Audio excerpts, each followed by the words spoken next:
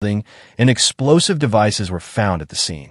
Law enforcement officers responded rapidly, within about a minute, and engaged in a gunfight with Sanford. He was killed in the exchange approximately 8 minutes after the attack began. In the immediate aftermath, rescue and investigation teams combed through the charred remains. 2 bodies were recovered from the debris, and authorities confirmed that all victims had been accounted for after a full sweep of the ruins. At least one of the wounded was in critical condition, according to officials. The suspect, profile, and possible motive. Thomas Sanford's background raised immediate questions. He served in the U.S. Marine Corps from 2004 to 2008, including deployment to Iraq, and was honorably discharged. Reports indicate that Sanford had expressed strong hostility toward the Mormon faith in prior interactions.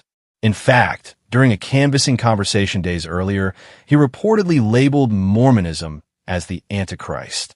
He also displayed political leanings. Public records and social media showed images of him with pro-Trump signage and apparel. The FBI is treating the incident as an act of targeted violence. While investigators have recovered devices and scoured Sanford's personal and digital history, as of now, no definitive motive has been confirmed. Community response and broader impacts. The Grand Blanc community, still reeling from the tragedy, responded swiftly. Schools in the area closed for the following Monday in light of the trauma and uncertainty. Local and national leaders offered condolences and calls for restraint. Michigan Governor Gretchen Whitmer called the event heartbreaking, and President Donald Trump labeled it horrendous, demanding that the epidemic of violence end. The LDS Church released statements praying for healing and condemned the violence as contrary to the sanctity of places of worship. The attack is being seen not just as an isolated act, but as part of a troubling pattern of violence targeting houses of worship in the United States. Questions still unanswered. Why did Sanford choose that particular church and timing? The attack occurred just 1 day after the passing of Russell M. Nelson, the president of the LDS Church. Investigators are exploring, but have not confirmed, a possible connection. To what extent was this planned?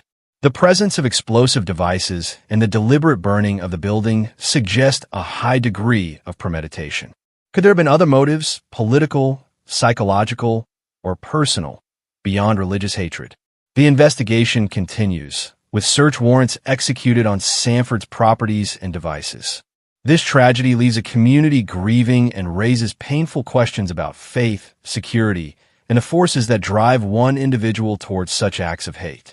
If you like, I can help you track new developments as the investigation progresses, or provide comparative context of other attacks on places of worship in the U.S.